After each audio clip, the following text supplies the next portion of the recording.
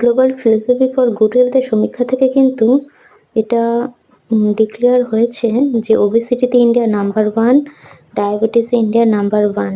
তো এর মধ্যে কোনোটাই হয়তো আপনার ঘরে হয়তো থাবা বসিয়েছে। এটা হলো একটা ইজি এক্সারসাইজ, যাদের প্রচন্ড ব্যথা যন্ত্রণা আছে বা বেলি ফ্যাট কমাতে চান, পেটের অতিরিক্ত চর্বি কমাতে চান, যারা জাম্পিং জ্যাক করতে পারবে না বা সাইড ব্যাকও করতে পারবে না, তো এরম নর্মালি বসে কিন্তু এরম হাত দিয়ে পা দিয়ে যদি আমরা রোটেট করি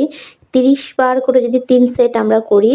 তো তাহলে কিন্তু পেটের চর্বি কমাতে খুব হেল্প এবং আপার বডির চর্বি কমাতে খুব সাহায্য করে। এবং যারা একদম পা ভাঁজ করে বসতে পারে না কিন্তু তারাও এই সহজে করতে পারে, এবং যারা হেভি ওয়েট ধরুন 100 কেজির ওপরে বা 90 কেজির ওপরে আছেন, প্রথম কিছুদিন 15 থেকে 20 দিন যদি আপনারা এই এক্সারসাইজটা কন্টিনিউ প্রথম থেকে শুরু করেন, তাহলে কিন্তু আপনাদের বডি অনেকটাই অ্যাক্টিভ হবে এবং আপনারা আস্তে আস্তে কিন্তু